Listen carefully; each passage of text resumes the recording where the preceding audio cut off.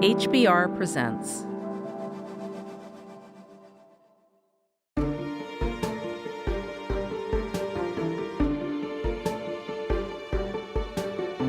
I'm Muriel Wilkins, and this is Coaching Real Leaders, part of the HBR Presents Network. I'm a longtime executive coach who works with highly successful leaders who've hit a bump in the road. My job is to help them get over that bump by clarifying their goals and figuring out a way to reach them, so that hopefully they can lead with a little more ease. I typically work with clients over the course of several months, but on this show, we have a one-time coaching meeting focusing on a specific leadership challenge they're facing.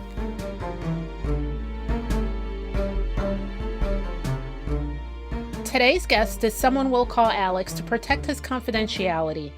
He's been working in a sales-driven retail sector for over a decade.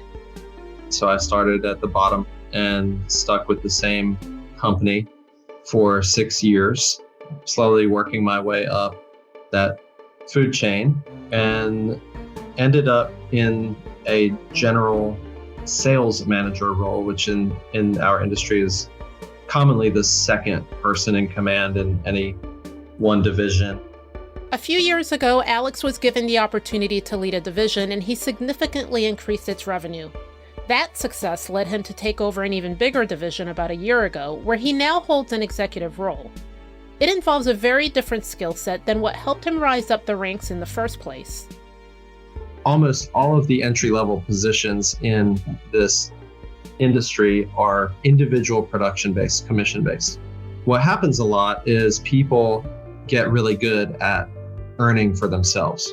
And the first typical 1, 2, 3 steps up the ladder of hierarchy are still individual production, just producing different results with different products, different people. And a big point of failure in our industry, or at least in my opinion in our industry, is when you get to the level when you're a manager of people, but all up until then, you've been only responsible for your own production.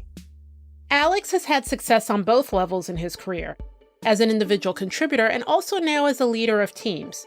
But he's wondering how he can keep scaling up that leadership and grow even more. I wanted to better understand how he'd made it happen so far. Let's dive in.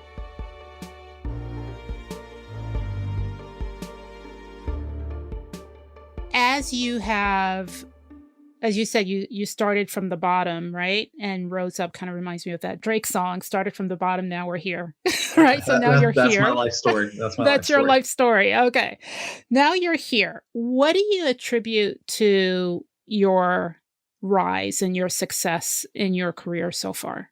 I feel like a big turning point for me was I took that role seriously about developing people around me and getting results through them, and was able to really slough off the "it's about me and what I can do" mentality that, in my own words, just plagues the management in our industry. So that was a big turning point for a younger guy getting a shot at managing a small team, to really spend most of my time investing in developing them rather than just what I could produce individually.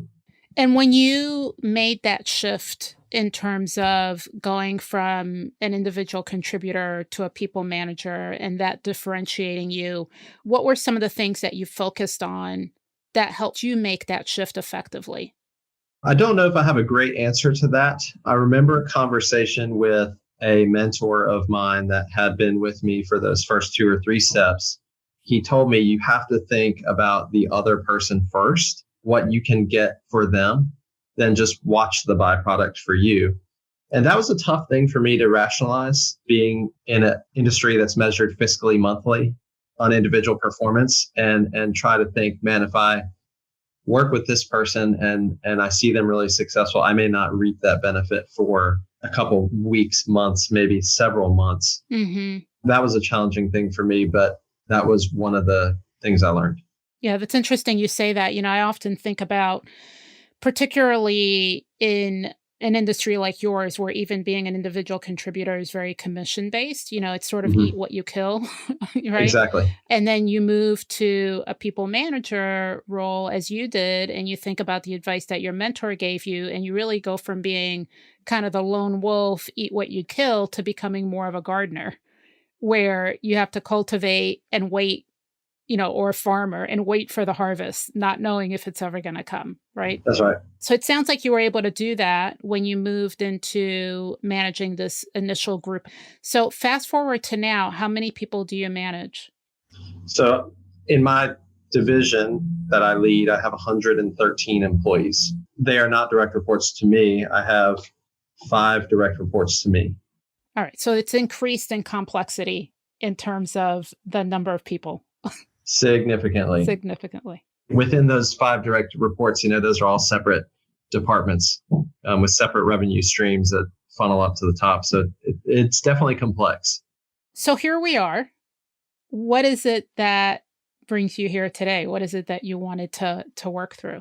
What I really want to spend time working through is I seem to hit this same roadblock over and over in this role. And I need to give you a little bit of background on the difference in my last very successful position and the one now that is going relatively successful, but I have a thirst to be more successful. So in the last division, we doubled revenue and kept fixed costs and headcounts flat.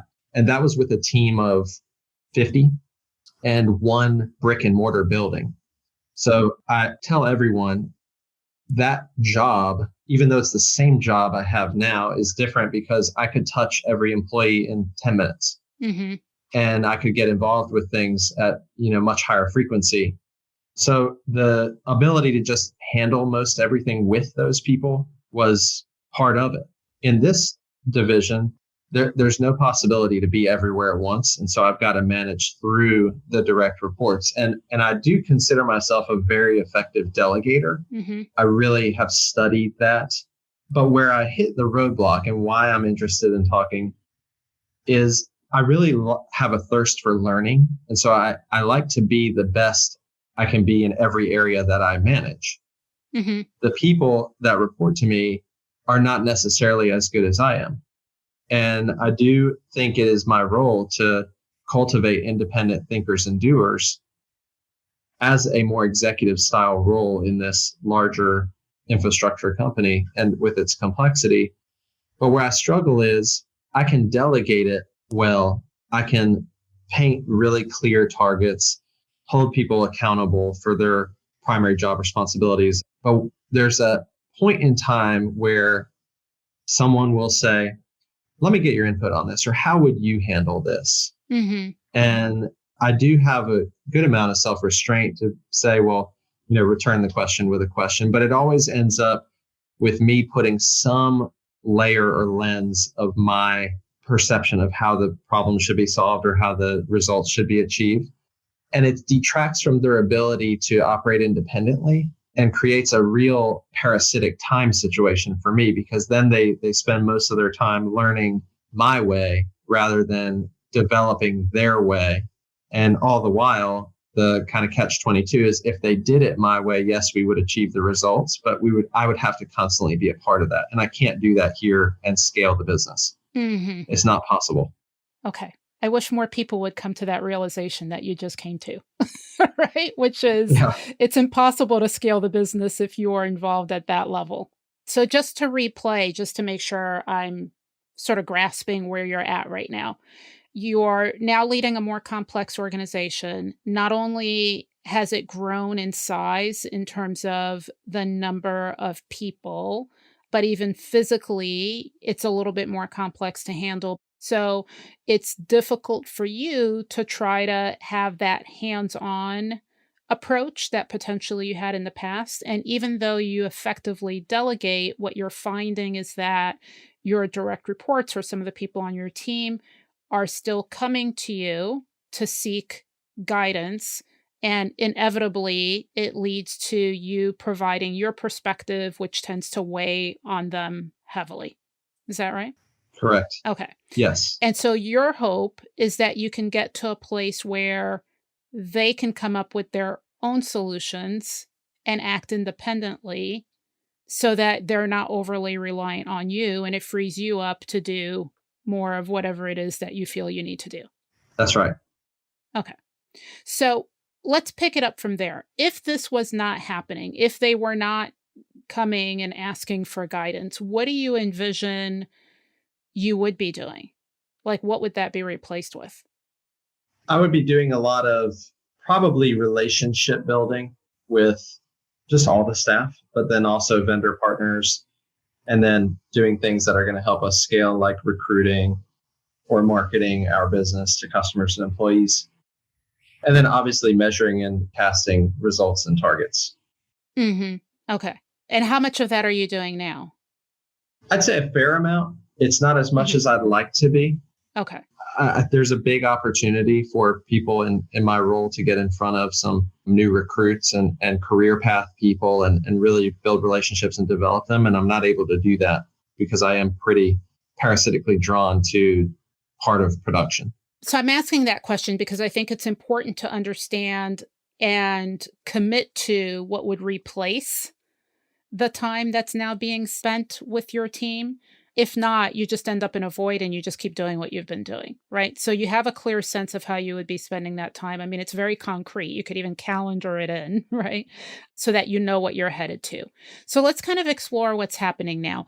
What do you think is getting in the way of some of the folks you're dealing with independently coming up with solutions? I think the first thing that comes to mind is I am always willing to listen and help. I may not always be available, but I will, make time later or schedule time to help them. I think the second thing that's probably causing that not to happen is, I don't know, maybe I haven't specifically said, hey, kind of doctrine of completed staff work style, you need to have this idea put together before you ask for my opinion. Maybe I haven't cast that well. But other than that, I don't know. I don't know what's getting in the way of them doing that. I could say also just maybe, like I said in the beginning, most people are individual producers and the individual producers become people managers. And maybe they're thinking too narrow. Mm-hmm. Like what do I do? One of my direct reports has 40 employees of his own. I mean, you don't necessarily have to be a part of most of that at that level. So maybe it's some training or some education as to what I'm counting on them to do or not do. Mm-hmm. I mean, Alex, I feel like you're coming up with your own answer, right? I felt that way. I felt that way. It's because of your good question. It's because of the question. Hey, I always ask the question. I often don't know the answer, but I kind of like your answers, right? Like what you've reflected here is when you said, maybe I haven't said or cast that well that I need them to come. So the first is, have you set the expectation that that's what you want them to do? Right. And then the second thing that you mentioned is, I can't remember the exact wording, but it basically like, are they capable of doing it? Do they have the skill to be able to come up with these solutions and present them to you in a way that then you can get into problem solving? And then there's a third layer that I would add, which is, do they want to do that? Right. Which is what we call commitment.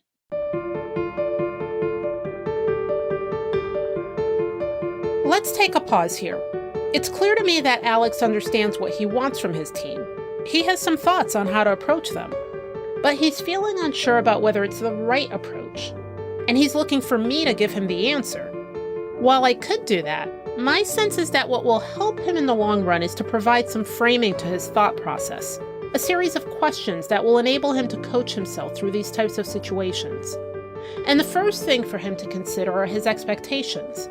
Because so many times we expect certain results from others, and yet we've never told them what we expect. I was curious if that was the case with Alex and his direct reports. Let's pick the conversation back up as I explore this with him.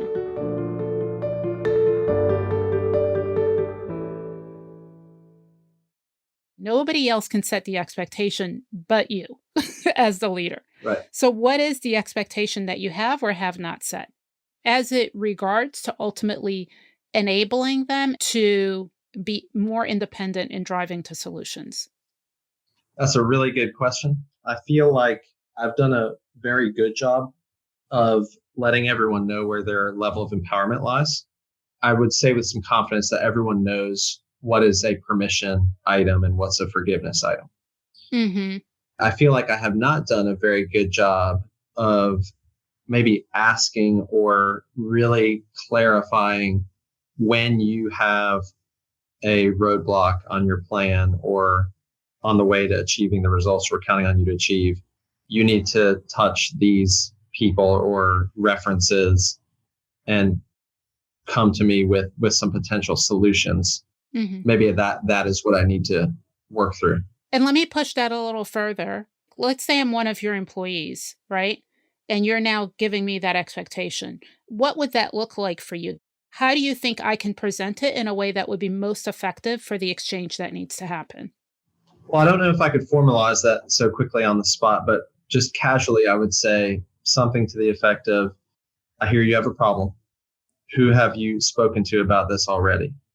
What material have you searched through? Have you looked at historical decisions like this and how they've gone? And then I would probably say, if the answer were no to one or all of those, so let's work on this together now. But next time, I'm going to be counting on you to make sure you've really vetted out everything you can possibly do before you tag me into the problem. Always willing to help, but I want to make sure we use the resources that you have first. So when I asked you that, it was just for you to start getting some practice in terms of what's the template that you can set to underlie the expectation that you're going to ask around them being able to come to you with potential solutions. I mean, what you're really asking for is that you want, I've heard this term used by one of my former clients' bosses when he was struggling with the same thing, except the direct report he had was my client. And what he said was, I need him to be a problem solver, not an issue spotter. And the issue spotter are the ones who are like great at raising their hands and saying, there's an issue, there's an issue, there's an issue, without necessarily saying, oh, and I've also thought about, here are the 3 different ways that we could deal with this issue. And what I'm coming to you with, Alex, is 3 options for you to react to, rather than putting the onus on you to actually come up with the solution. Okay? Do you get the differentiation there? Yeah, that made a lot of sense. I just wrote that down. A problem solver, not an issue spotter. But in your role, what would be really helpful is to help them understand what that looks like in real time. So it would be helpful to you to really clarify, like think about past situations that you've been in where one of your direct reports has come to kind of workshop a problem. What would have made that situation more helpful, more conducive to get to a place where they're using you to really react and get to the final endpoint rather than necessarily process through the whole thing? So what you're suggesting is have whatever process, but just have some type of fundamental, I can kind of template onto everybody. Hey, when you have a problem, come with X, Y, Z. And that's just my thing I always ask for. I think you can come up with a framework that is going to help make those discussions more productive on both ends. And what I mean by that is I'm going back to the goals that you articulated in terms of if this was in place, if this was not a roadblock, what would be happening? And what you said is it would free up your time so you can deal with the higher level executive stuff you have to deal with. And it would continue to build your direct reports capacity to lead at the level at which they're at without overly relying on you. So there's basically scale being built on both ends. So whatever you come up with has to benefit on both ends. I understand.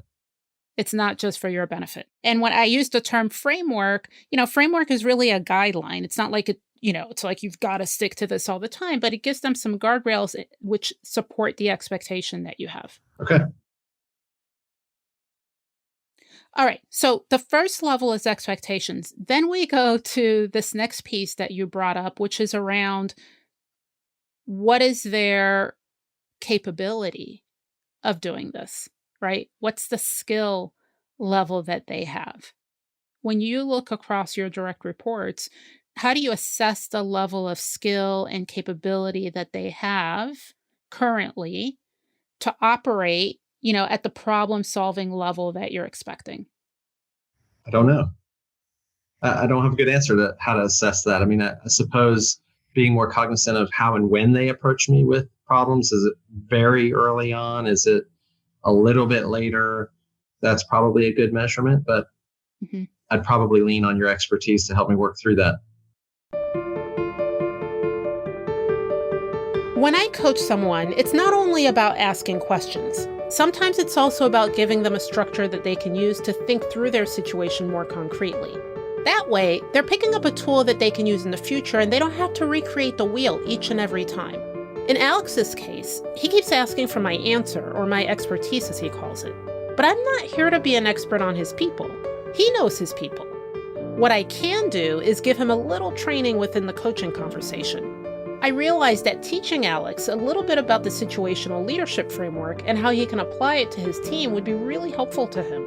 Paul Hersey and Ken Blanchard created the situational leadership framework quite a while back, but in my opinion, it still stands the test of time, and so I use it here to help Alex structure his approach.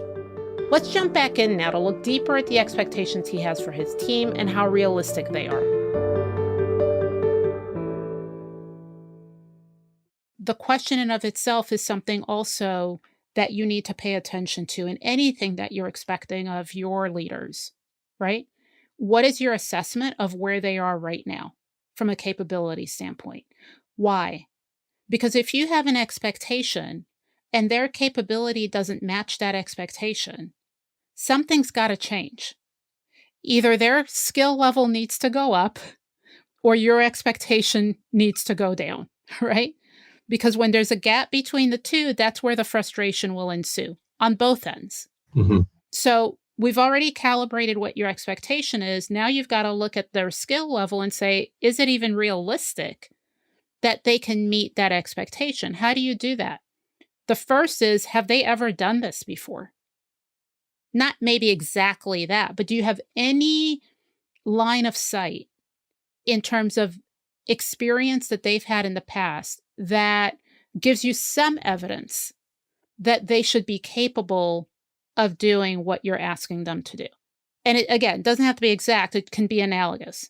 Right. So can I ask a clarifying question on that? I want to go a little deeper on that. So back to kind of how most people end up in these roles is from being successful in individual production. As you were saying that, I was thinking about the direct reports I have and what they're capable of doing. And I feel very strongly that all of them are the best of the best at everything their direct reports do. Maybe the capability is in actually the people management side. And that, I don't know how to identify, have you done this before? And what if the answer is no? Okay. So the first is an assessment of what they have done, right? And in what way does it relate to what you're expecting of them? And it doesn't mean if they haven't done it that it's like, oh my gosh, Right. that we're done, right? Doesn't mean that at all. It just is one data point so that you can know what the baseline is. And if they haven't done it, then that's what we then call it's an untested area. We don't know if they've done it or not. Okay? We don't know yet. And so you now have to provide opportunity for them to be able to flex their muscle in that particular area. So let's say, one of them is in problem solving. You're not giving them the opportunity to even test out and grow in that area if you're swooping in and doing it for them, right? And you're not even swooping in. They're like pulling you in. And so, again, number one, have they done it? Yes, no. No? Okay, untested. Now I've got to give them an opportunity. How do I do that? Next time they come to me and say, this is something I'm working through, goes back to what you said earlier. You might need to not be so willing. Not because you don't care, but for the sake of their growth and their development. To be able to say, I'm happy to help, but not yet. I would like you to do this on your own. How does that land with you? It feels very unfamiliar. In what way?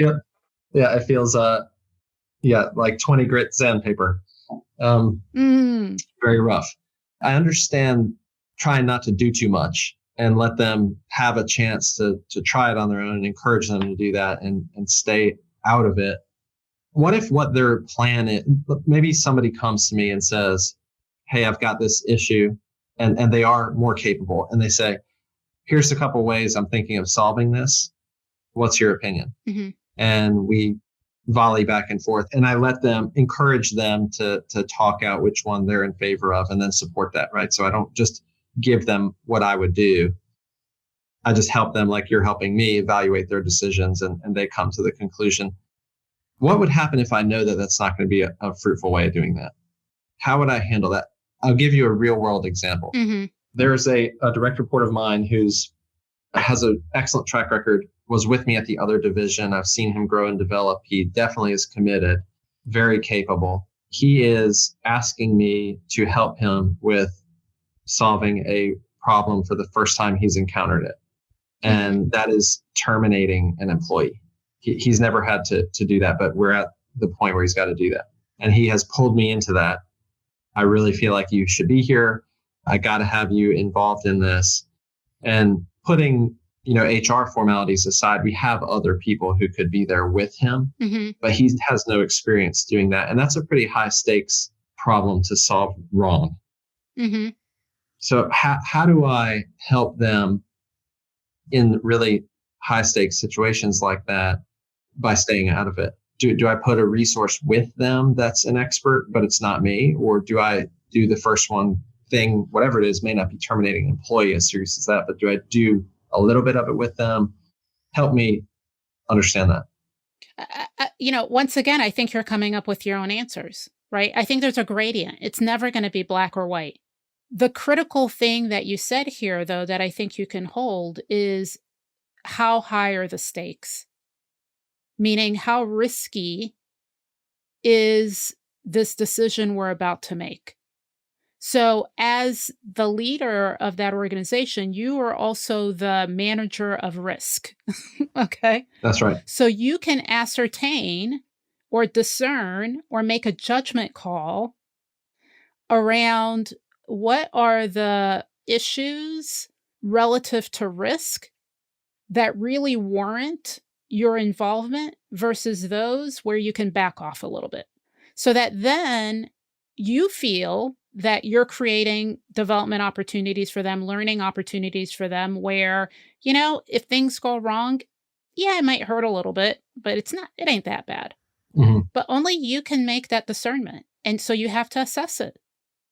And I think what we're coming up with is criteria for you to determine how involved you should be. One of them is how capable is the person? The second is situational. What are the stakes of this situation? What's the level of risk associated with it?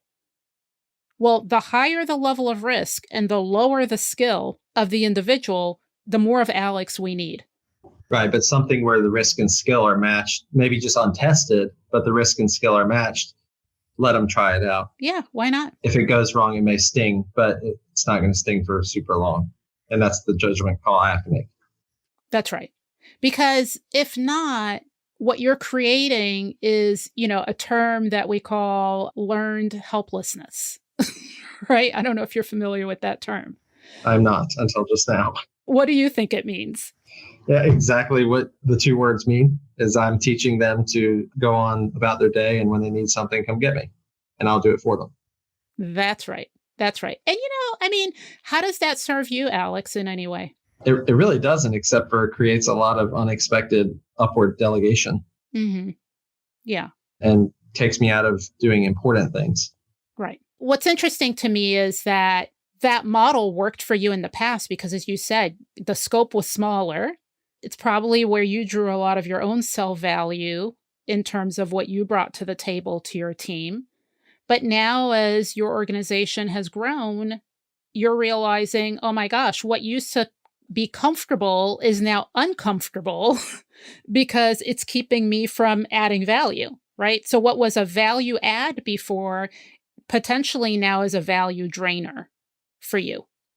So it's not to say that you never help your people. Like, that's not what we're saying at all. It just means that it looks different. And as much as you have to level up, they need to level up as well. I understand that. I really understand that. May I bounce a situation off of you that occurred recently? I'm listening to what you're saying, and I feel like maybe the process I already understand. I just am not executing it at a high level every time. Mm-hmm. I had a direct report and his direct report. There's a couple layers of management in that area. Have an issue with an employee that I would consider high risk if they were to resign. I'm a key player, a player. Mm-hmm. And they approached me and said, we know that we need to restore the trust in this relationship with this individual. It's broken.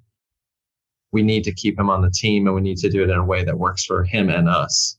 Can you help us understand how we would, some best practices to do that with this individual?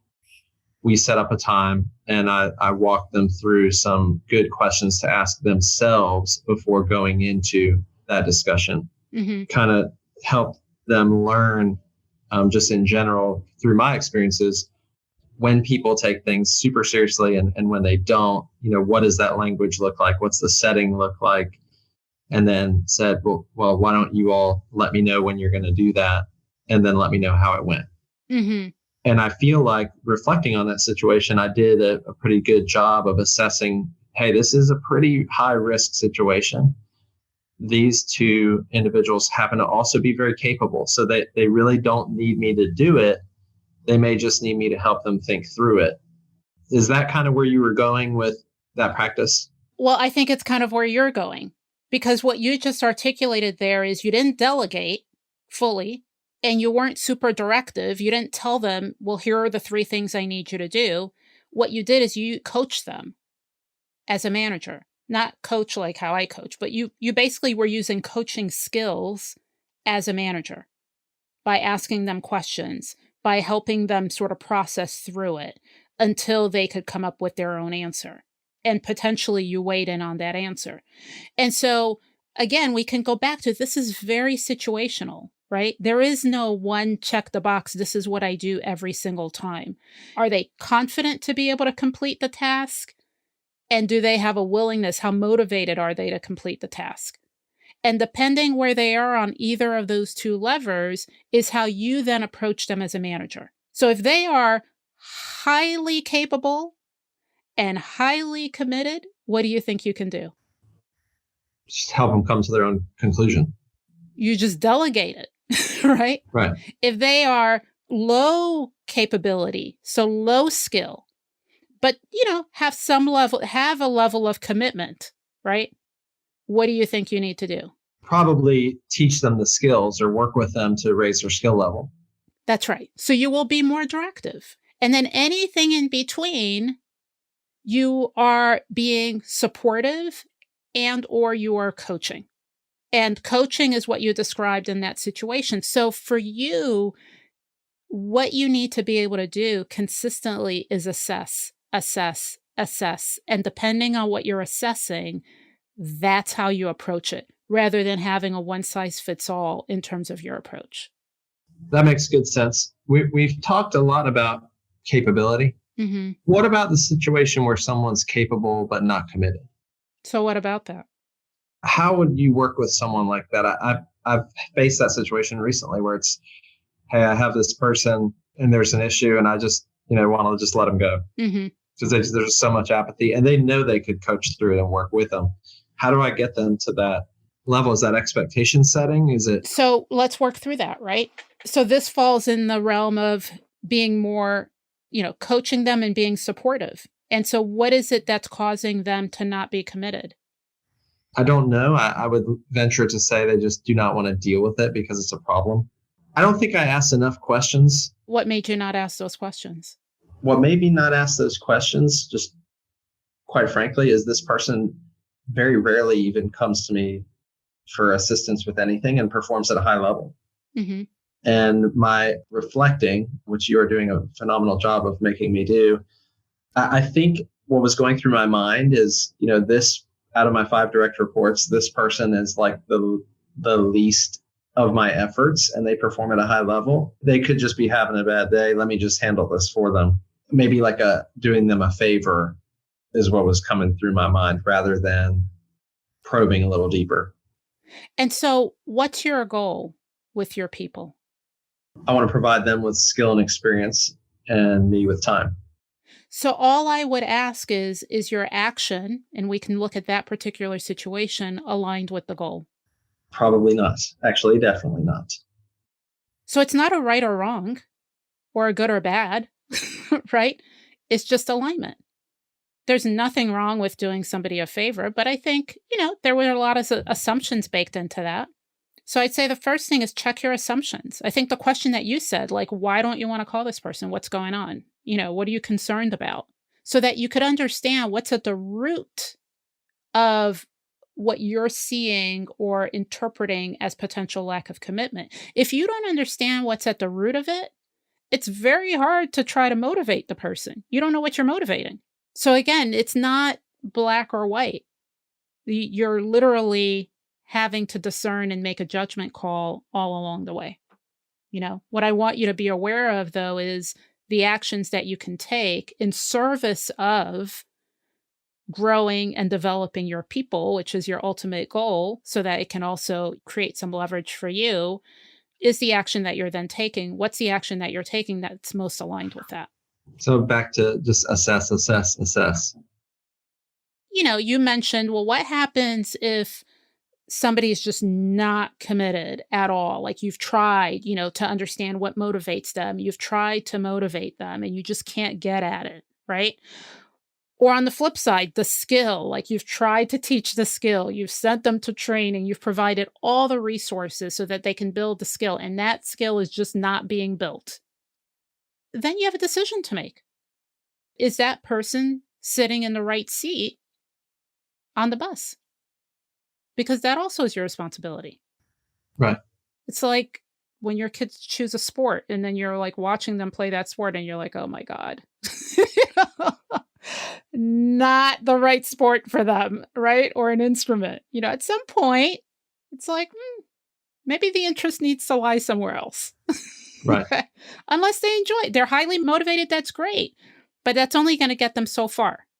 Just like skill is going to get you but so far, you also have to have the motivation. That's what you want to be constantly looking for over the long term.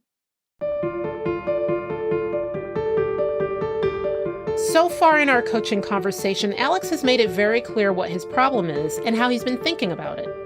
He's motivated to do better, not just at delegating, but at really scaling up his leadership. And we've talked through some specific scenarios as to times when he swooped in to handle something instead of prodding someone he manages a bit deeper and guiding them into finding their answers themselves. It's a classic move that leaders need to make to learn to level up, to shift away from directly solving problems themselves. But as with any new muscle you need to build, there's some discomfort. To lead sustainably, he'll need to use this muscle on repeat, rather than do it once and think he's done. But if he's not careful, he could let the discomfort get in the way.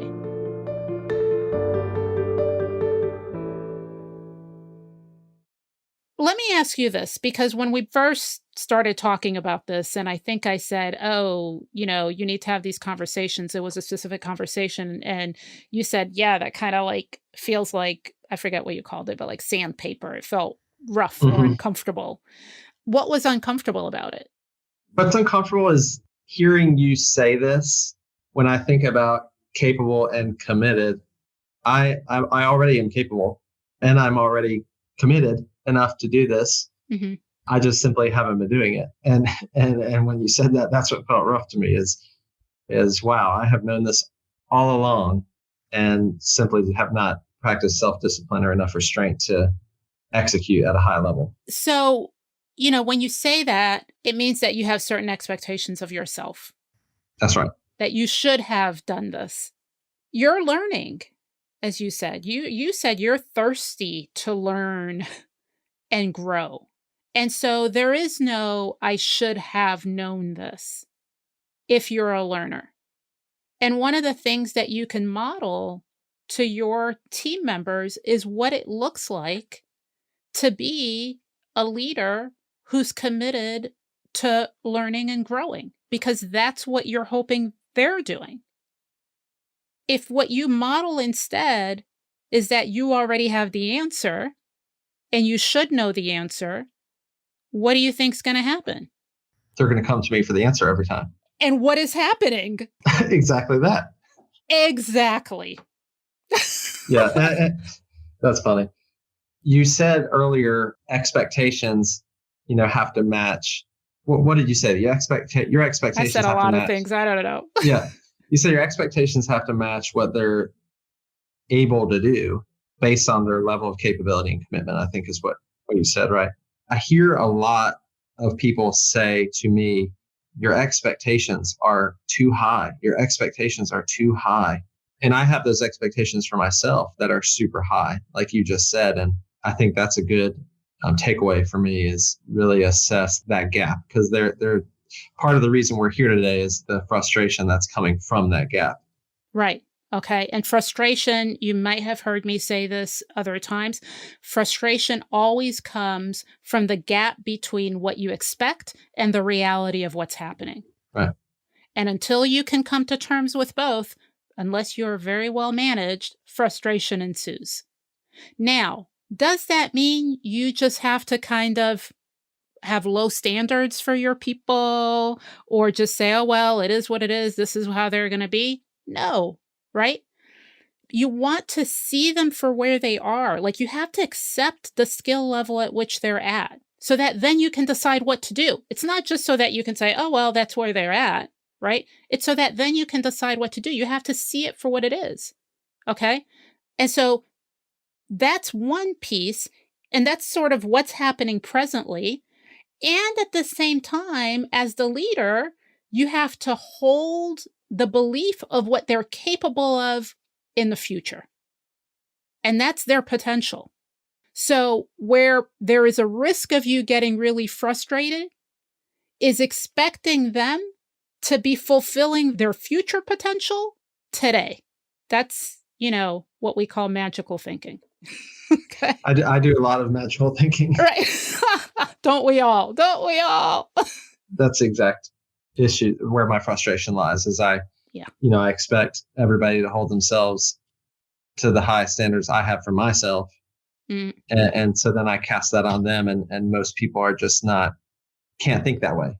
My sense is, Alex, that you probably want to see yourself as a leader who inspires, not intimidates, right? So when you, Correct. And I'm not saying, I don't get the sense from you that you intimidate in terms of your demeanor or your tone, but your knowledge might be so intimidating. Your ability to have the answer might be unconsciously intimidating to people that they would rather come to you to the answer than risk coming to you not knowing. And so what do you think you could do that would make others feel more comfortable coming to you, not knowing exactly what the answer is, but willing to take a risk that they will suggest a solution? That's a great way to put that. I've never thought about it that way, but that is exactly what is occurring is people are coming to me because I'm such a wealth of knowledge. They are so afraid to think anything other than what I've already thought. And I think to answer your question, maybe leading by example, like you said, and, being maybe more visible about I'm working on or I'm learning or I don't know everything is important. Maybe encouraging them that I'd rather see them learn on their own than come to me with the answer. And if there's a rough journey to get there, that's okay. I'll be with them on the journey, but I'd rather them learn for themselves and just really make that apparent to them that it's not, I'm not grading you on your decision if you do not know. I'll be grading you on your level of commitment to learn. Yeah. So what you're talking about, Alex, is two things. Okay. One is you want to be explicit about creating some safety for them to learn, which is almost the same as, safety for them to fail. And so what are the conditions that you can put in place, or what are the things you can say? What are the actions you can take that create an environment, a culture of safety for real learning to happen? Because real learning doesn't happen without mistakes. Real learning doesn't happen without some missteps, some backsliding, etc. So that's one. And you have to think about that from a cultural standpoint, what it is that you're doing in your organization. I think the second thing is at an individual level, when you said, hey, I need to lead by example. And so the question for you is, how do you demonstrate to your people, day in, day out, that you also are a learner, that you don't have everything figured out all the time? And I think that's really a personal thing, because even here on this call, when we hit that one little piece where you were like, that's uncomfortable. And I said, what's uncomfortable? And you're like, I should have known that. I should have done it. Well, you didn't. You're a learner. And so getting comfortable with not knowing something or not doing something is your path that actually demonstrates that you're learning. And the more you can demonstrate that to your people, the more they're going to realize, oh, wow, like here's a guy I look up to. If he's willing to learn, maybe I can do that too. I understand. You understand? And I hear a little hesitation.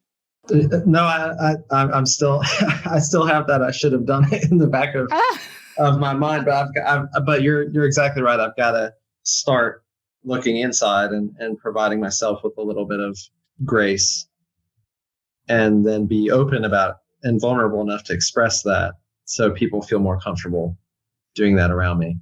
Look, Alex, I think if you can actually, rather than starting practicing that on your employees, if you can start practicing that on yourself, like treat yourself the way that we just talked about you should treat your employees, you will have a much higher chance of being able to do it out there with them. Okay? You're going to have a really hard time cutting them some slack, extending them a little bit of grace when they don't necessarily meet the, quote unquote expectation, if you're not able to do it with yourself.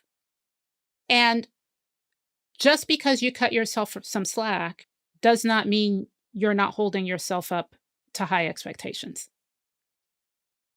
The two are not mutually exclusive. It's I hold myself up and I hold my team up to high expectations, and I support the fact that they're learning. It's both. That makes a tremendous amount of sense to me. So let me ask you this. What is one thing that you're walking away with from this conversation that you think you can start implementing immediately? I think the most important thing I can start working on as a learner is the last thing that you just said, and that's getting comfortable with being a learner myself first. But the thing I could implement right now is starting to look at the reason we're on this call today through the lens of, do expectations match capability and commitment?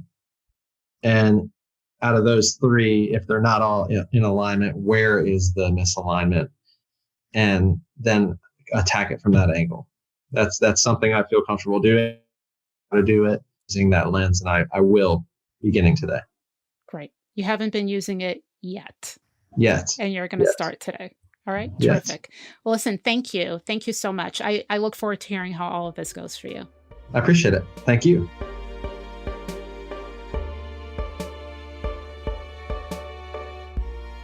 When it comes to scaling your leadership, it's not just about the number of people you're overseeing or how much revenue you're responsible for or the processes you put in place. Those are the concrete things. But scaling leadership is really about scaling others, helping them build their capacity. Because if they can't take it to the next level, neither will you. For Alex, he's been so used to figuring things out for his team that it'll take a real change in approach for them to start figuring it out on their own. But he enabled the dynamic, so he has to take ownership and responsibility in helping them get there and build a team culture where being a proactive problem solver is the norm. By leveling up his own leadership, he'll role model to his team how they can do the same.